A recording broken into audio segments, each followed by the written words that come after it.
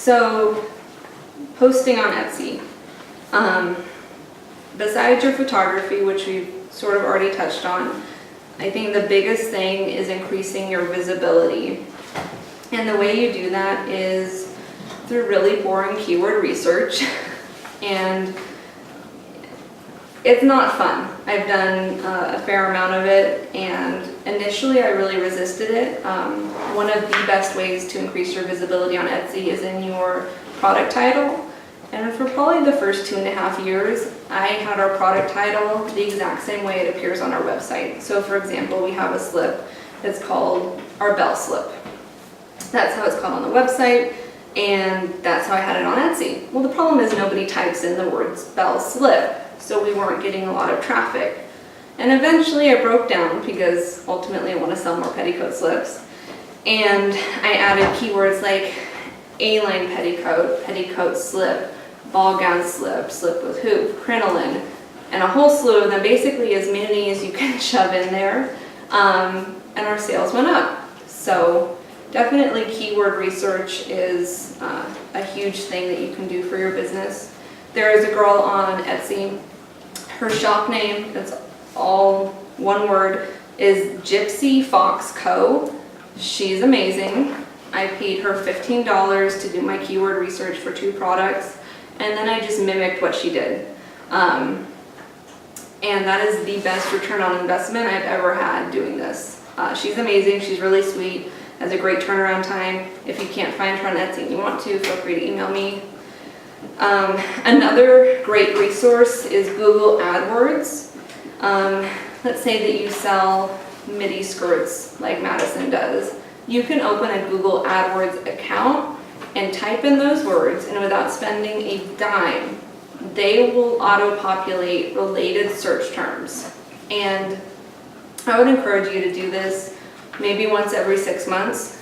This past prom season, we ran a Google AdWords campaign, and I discovered after like 3 years of doing this that instead of trying to rank for modest prom dresses, we really wanted to rank for prom dresses with sleeves. And by using Google AdWords, I was able to see that the volume of searches for prom dresses with sleeves was about 10 to 20 times higher than modest prom dresses. And I didn't know that, and I wish I would have known it 4 years ago. Anyway, so Google AdWords is a great resource. You don't have to spend any money. That said, they have been running a deal for about 2 years where if you spend $25, they give you $125 in credit. So that's a good way to get the word out there and increase your visibility. So your keywords are important. Descriptions are kind of important. I assumed people read descriptions. They don't a lot of times, and that's reflected in some of the emails I get. So if you're going to focus on one thing besides your photographic presentation, I would definitely make it the keywords in your title. And descriptions are nice too. Probably 4 or 5 sentences is enough for most products. I write longer ones because I'm a word person, but people are mainly visual.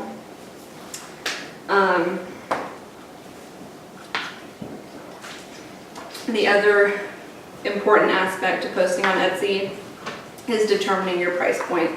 And when I went into this, I resisted the advice of my mother, which was dumb. She told me that it should be about 2 times what I'm spending to make the item, and she's completely right. So now when we are selling a dress, we just take our cost and times it by 2, and there's some flexibility there, but that's a generally good rule of thumb. In our industry, we do make some exceptions because we get a lot of girls who are 16 and 17, needing a modest prom dress who don't have, $250 or $300 for a dress. We do take a lower percentage of profit for our modest prom dresses, but then our wedding dresses sort of even that out. And it's okay to play around with your price point. Don't feel like just because you initially offered a product for say $30 that you have to keep offering it at that. A good example for us is our petticoat slips, initially we offered them for $30 and they didn't sell. So I decided to do an experiment and drop the price down to $25 and they're flying out.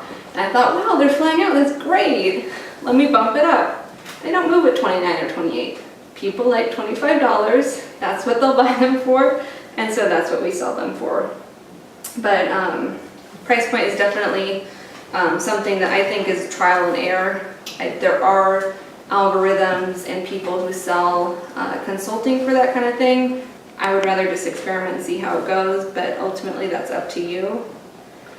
Another great tool in Etsy that I don't think many people know about or take advantage of is a tool called Shop Organization. And that allows you to visually arrange your products together and create visual ease. I had a girl ask me one time why she wasn't making any sales on Etsy, and so I visited her store, and she knitted, among other things. She was very crafty, but she had everything mixed up together, and after about 5 seconds my brain just shut down because I was looking at everything at once. And I told her if you go in and organize it by product or even by color, that allows the brain to process it instead of just being overwhelmed and running away. Another great tool that I didn't know how to do at first, and my products look so awful that I hunted down the solution right away, is thumbnails. When you're initially posting a product, you can edit it, and what a thumbnail does is, like for dresses, usually it will just choose the middle of the dress by default, so we have headless models. And what I do is just move the thumbnail up so you can actually see the girl and see part of the dress, and that way it presents the product better. I think that's pretty easy to figure out how to do, but I'm surprised by how many sellers don't do that on Etsy.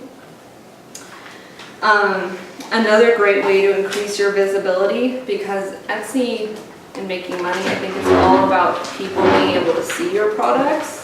Obviously, if you're not getting any views, you're not going to be making any sales either.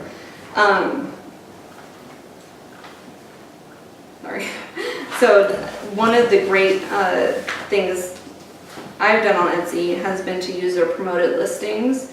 What a promoted listing is essentially you can pay Etsy to run an ad of your item.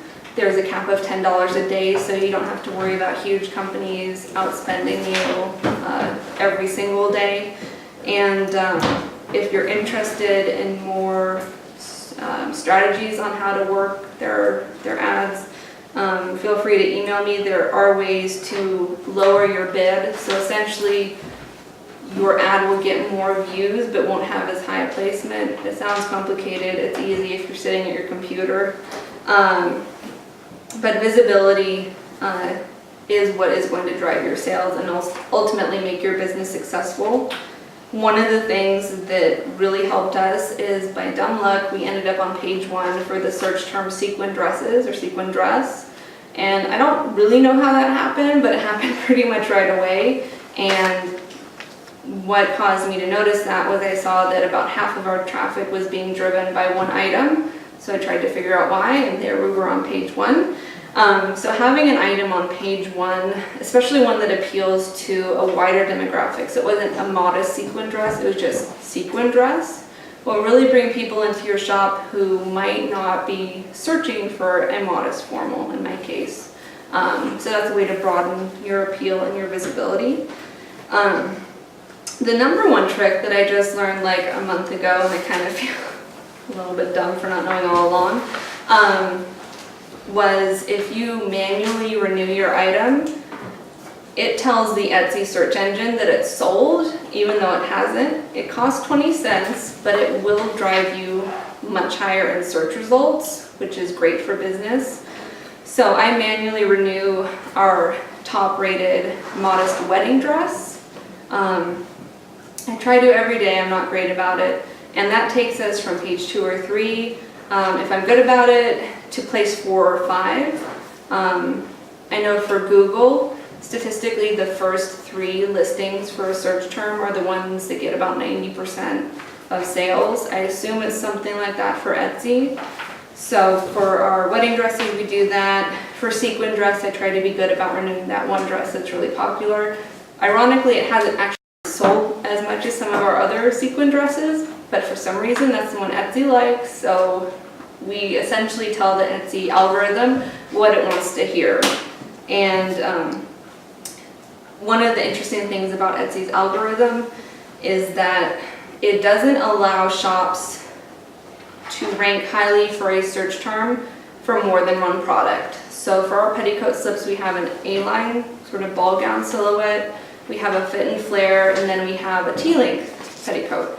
And it will not allow us to be on page 1 for more than one slip. So right now we have a stock of our fit and flare slips. So that's the one I'm manually renewing to get it to page 1. So we sell off the stock that we have instead of another slip being on page 1. I don't know why it works that way, but for some reason our slips will just trade spots. Instead of, like, if I auto renew this slip, it'll just flip. It won't like creep up. They'll just, I don't know why. And Etsy does not release their algorithm, so I don't think anybody would know why. Another thing that I've done as far as my presentation is I have gone back sometimes more than once and redone our photography. This past photo shoot we did, we re-photographed some dresses that we had photographed in like our second photo shoot over 3 years ago. And those dresses just weren't selling, and it's because they weren't presented well. So for me, I have very little problem going back and reshooting things and really making sure that I'm nailing the presentation. Because for me, there's nothing worse than designing a beautiful dress, putting all the effort into that stage, and then have it fall flat because it wasn't photographed well.